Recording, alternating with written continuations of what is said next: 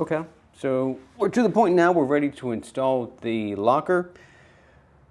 The locker is going to replace the spider gears. To get the spider gears out, this ring gear is going to have to come off. To get the ring gear off, we need to pull the whole carrier assembly out of the differential.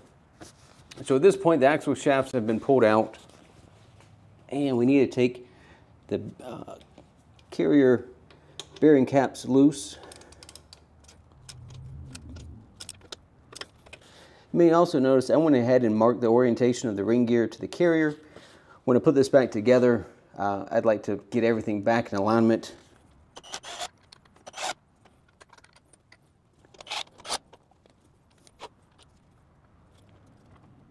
Okay, to get the carrier out, since it has preload on the bearings here for side to side, you probably can't just pull it straight out. So you can put a box-end wrench on one of the ring gear bolts, and then we'll reach back here and twist the pinion, and let's see, it should walk it out.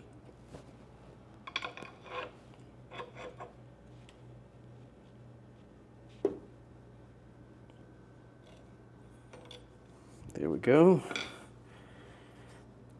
But this one is tight.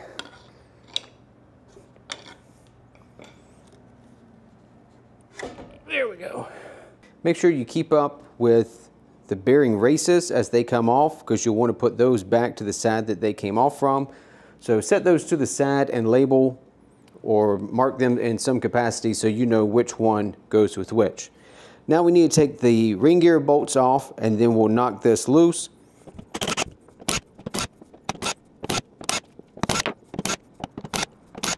All right, I need to knock the ring gear off. There's a slight press fit to that. So I've reinserted a couple of the bolts, and that'll give me something I can hammer on just a little bit. There we go.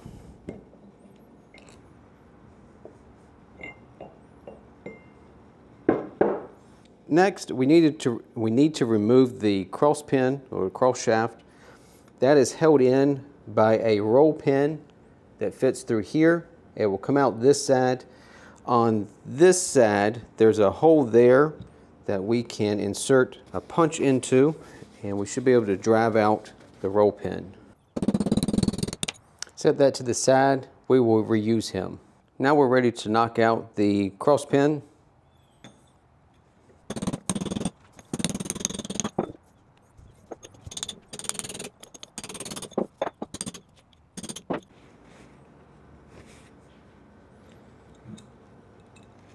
Okay, so we're working on the locker now. Again, this is the Powertrax no slip. The way these two pieces work, you've got sort of two drivers here.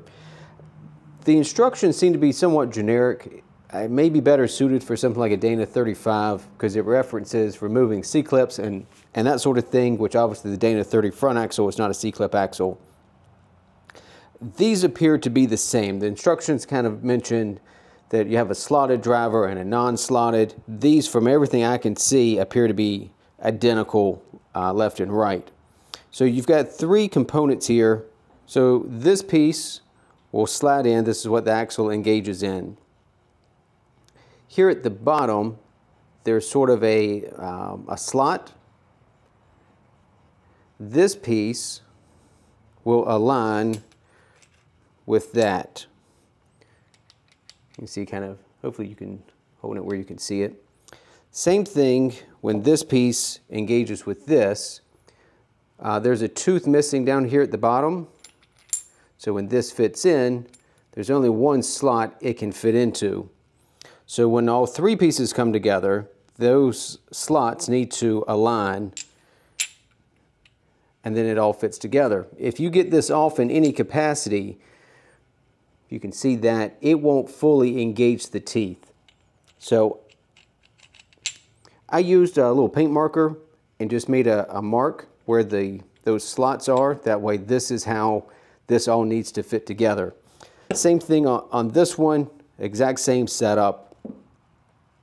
Then when these go together, so they will be offset from one another, that way the pins align and keep it all together. So when you insert them, they'll be opposite of one another. We also have a bunch of springs. These will fit, so you've got 8 springs that are all the same. Those will fit into these little grooves here. There's 4 on this one and 4 on this one. We'll apply some grease to them to help hold them into place. And then these we'll install. There's a long skinny spring and a shorter fat spring.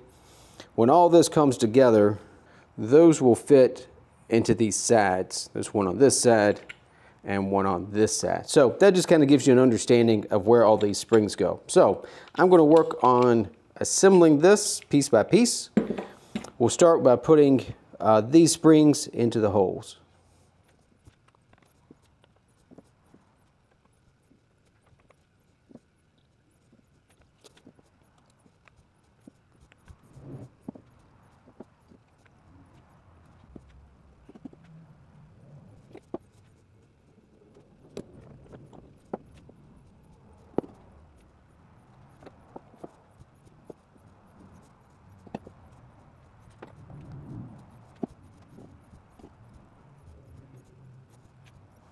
So I'm going to assemble this, the first one with the notches facing out towards me. The second one will do the opposite direction.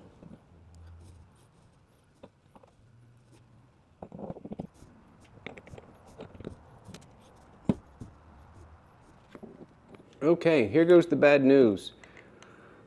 So I don't know if you can fully see when I spin this gear. You can hear it hits. And that's all this gear can rotate. It's hitting the side of the carrier down there at the base where the cup for the spider gear goes. Nowhere do I find any indication that there's a carrier brake that determines whether or not this locker fits. I found one other instance of somebody else that ran into this issue, and they called Powertrax and were told they may need to clearance some of the case. Today's Memorial Day, so they're closed. I have no way of getting in touch with them today, but I don't see any other solution. I mean, this is pretty straightforward. So, pretty frustrated. I guess I will have to go at this with a die grinder and see if I can clearance some out of this. I think I need about 3 millimeters of diameter. Obviously, once you go grinding on this, there's no going back to the stock spider gears. Though I'm not particularly worried about that because, like I said, if I ever were to re-gear, I would need the 373 and up carrier. So I wouldn't be reusing this carrier to begin with. So I'm going to work on that. I'll show you the results one way or the other when I'm done. Okay, fast forward a couple of wasted hours later. I don't know how well you can see inside the case, particularly on the ring gear side, required a bit more clearancing. I spent several rounds with some of the carbide bits on a Dremel. Cover your bearings. Obviously, if I'm not replacing the bearings, so I didn't want them filled with metal shavings. And you have to clean this out extremely well. Multiple rounds of vacuum and then compressed air and then wiping it out. And I'll clean it again before I do final assembly. And I've had to test fit it a couple of times just to make sure I've got the clearance. And even now, it is the most razor thin of clearances, but they actually spin all the way around without rubbing. So I think I've got it where I need it. Now I'll go back to assembling and I'll pick up with you again when we're to the final point of putting in the other springs. Okay, so back to where we were before, where I got sidetracked with having to do a bunch of grinding. Now that you've got both sides of the gears in here, rotate it 90 degrees so that you get access to where these side springs will go.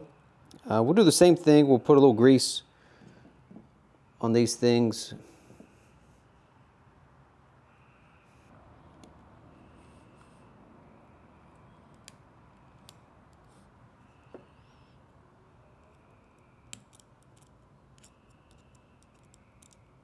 So you may need to use a screwdriver or something to wedge this in the, what would be the engaged mode.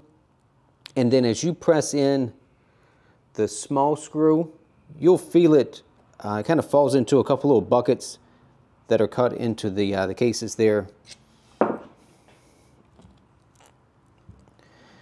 And we'll do the same thing for the other side.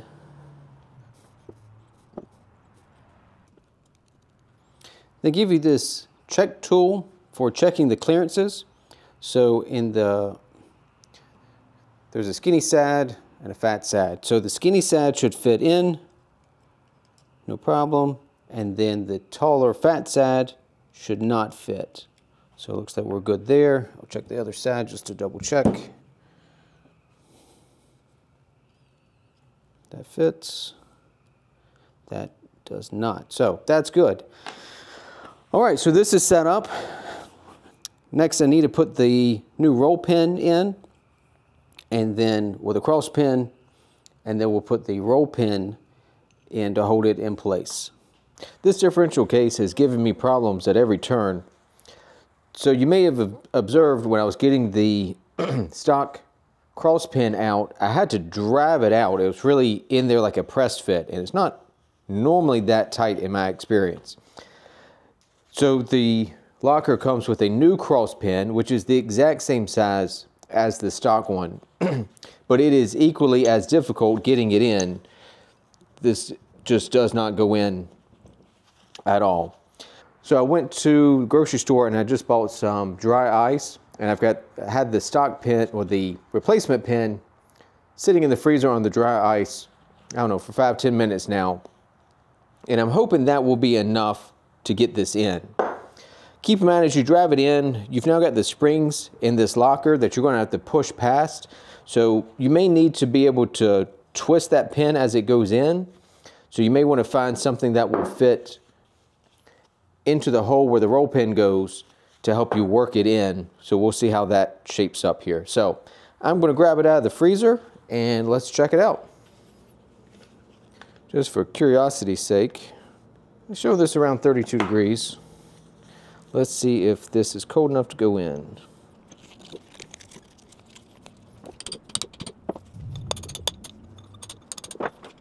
This thing got rotated as it went through. All right, there we go, that's in. While we're having success, let's see if we can get the roll pin in.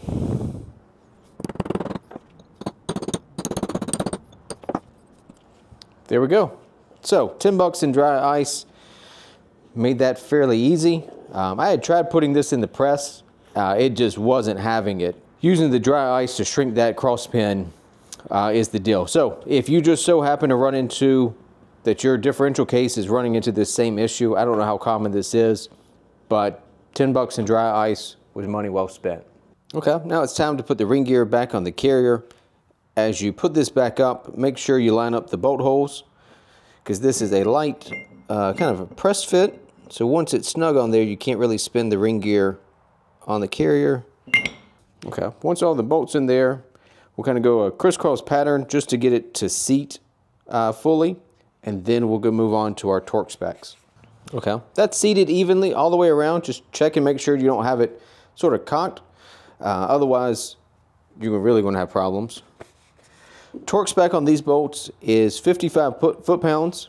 I've seen that torque spec vary depending upon the year. I think some of the newer JKs went to a different torque spec. Don't quote me on the year range. My recommendation is confirm for your year, Dana 30 or whatever axle you're working on. Make sure you get the right torque specs. For me, I'm going to go 55 foot-pounds. I'll work my way up. I won't jump straight to 55. I'll start at maybe 35, really get the torque set, then maybe go to 45 and then 55. And one very important reminder, pay attention to what you're doing, because you may get carried away filming and forget to put Loctite on the ring gear bolts. So I brought it over here to put it in the vise. Make sure you clamp it by the carrier and don't mess up the bearing. And I remembered I left out putting Loctite on the bolt. So I'm going to take these out one by one and put Loctite on them and then retorque them. And one final tip while we're on the subject of ring gears and torquing the bolts. You know, there are 10 of these bolts and you're crisscrossing back and forth, and especially if you're going in multiple steps. it would be very easy to miss the torque on one of these bolts, and that could be really bad. I recommend having a paint pen handy, and I marked each of the bolts as I torqued them at each of the steps. That way I could guarantee that I hadn't missed the torque on one of the bolts. Okay, it's time to put the differential back in. Okay, I got the carrier in. I used the bolts to help get everything, make sure everything was lined up and that it went in evenly. Before I put a final torque on them, I'm going to add some Loctite to these as well.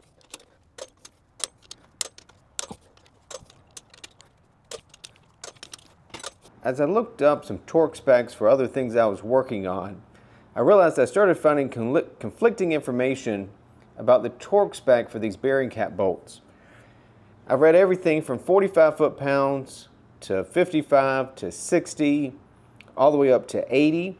So I went back to the factory service manual that I have for my 97 TJ, and that lists these bearing cap bolts at 45 foot-pounds. I would highly encourage you to go back and look at the factory service manual for whatever Jeep you're working on. Just double check what you're going to use and make sure it's correct for your year model.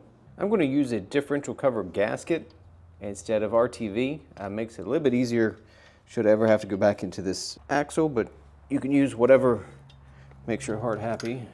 And as always, do a crisscross pattern so that you don't pinch the gasket. Make sure everything's seated correctly.